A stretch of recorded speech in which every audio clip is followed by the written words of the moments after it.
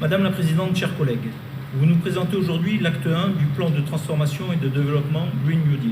Cet acte 1 se concentre essentiellement sur le domaine de l'alimentation et est ainsi nommé Food New Deal, à croire que l'on a honte de notre belle langue française.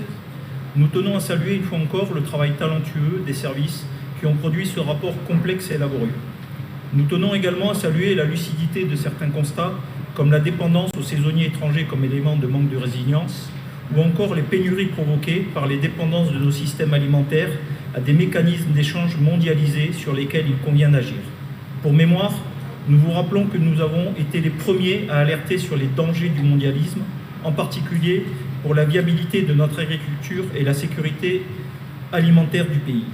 D'ailleurs, nous avions proposé un vœu contre la directive détachement des travailleurs et un vœu pour l'instauration du juste échange en place du libre-échange. Votre majorité socialiste et associée a systématiquement voté contre ces vœux et a même refusé d'appeler à rejeter le CETA lorsque nous l'avons demandé. Alors que ce plan promet de porter un nouveau modèle de développement fondé en partie sur une base saine que nous avons défendu pendant des décennies, à savoir la préférence locale, ce pourquoi on nous accusait d'isolationnistes et de xénophobes. Il ne s'accompagne pas du changement de vision politique nécessaire pour le réaliser. Au contraire, puisqu'il se veut une mise en œuvre locale du Green New Deal de l'Union européenne. Pourtant, ce sont précisément les dogmes européistes et leur foi inconditionnelle dans un monde sans frontières qui conduisent à la catastrophe économique et environnementale. Et la Commission européenne n'est pas prête à les abandonner. Vous voulez soutenir l'installation d'exploitations bio dans l'espoir de créer des circuits logistiques courts en ceinture des agglomérations en mobilisant le fonds foncier, mais rien ne pourra empêcher la concurrence par des produits importés dont ne sait quelle partie du monde, produits à moins de frais et à grand renfort d'intrants. Pareillement pour la promotion des produits régionaux dans les grandes surfaces avec la charte pour une grande distribution durable. Vous pouvez promouvoir, mais vous ne pourrez pas ajuster l'environnement commercial et économique pour mettre en œuvre une vraie préférence locale. Les moyens réglementaires pour y parvenir ont été abandonnés à la Commission européenne qui préfère multiplier les traités de libre-échange plutôt que de protéger nos productions. Le résultat concret des politiques européennes, c'est la perte de l'autosuffisance alimentaire de la France. La réalité est que pour mener à bien la transition voulue, il faudrait s'émanciper de l'Union européenne et des chaînes que sont les mécanismes de la PAC et des fonds opérationnels européens. D'ailleurs, votre exécutif reconnaît cette situation de dépendance aux fonds européens en évoquant le budget encore indéfini de ce plan. Mais cette dépendance financière est factice, fabriquée par la soumission de l'État aux mécanismes européens. Vous vous refusez à dénoncer cette réalité, vous vous faites au contraire la complice. Pourtant, il y a des éléments du plan que nous soutenons, comme le fonds foncier agricole par exemple. Le plan pourrait apporter des effets bénéfiques s'il s'inscrivait dans le cadre d'une vraie stratégie nationale cohérente du point de vue économique et politique.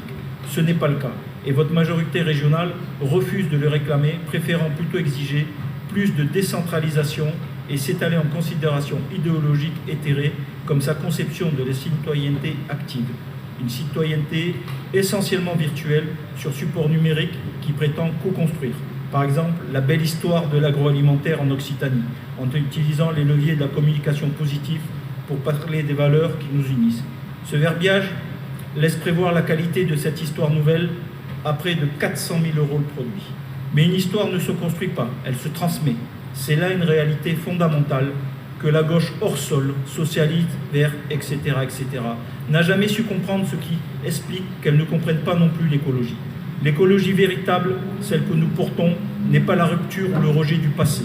Elle est la conservation d'un patrimoine qui fait partie de notre richesse et de notre identité. En fait, Madame la Présidente, vous n'avez pas réellement de plan de transformation. Il y a surtout un plan de communication et de publicité.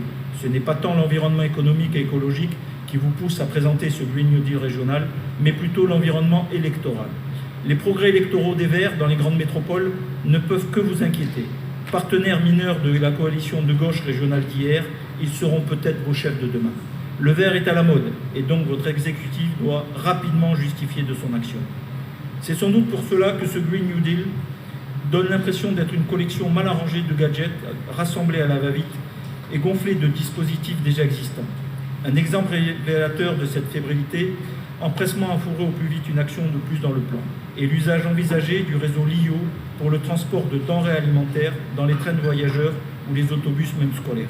Alors que la viabilité même de l'idée n'a pas encore passé le stade de l'étude exploratoire, elle figure pourtant à un plan d'action.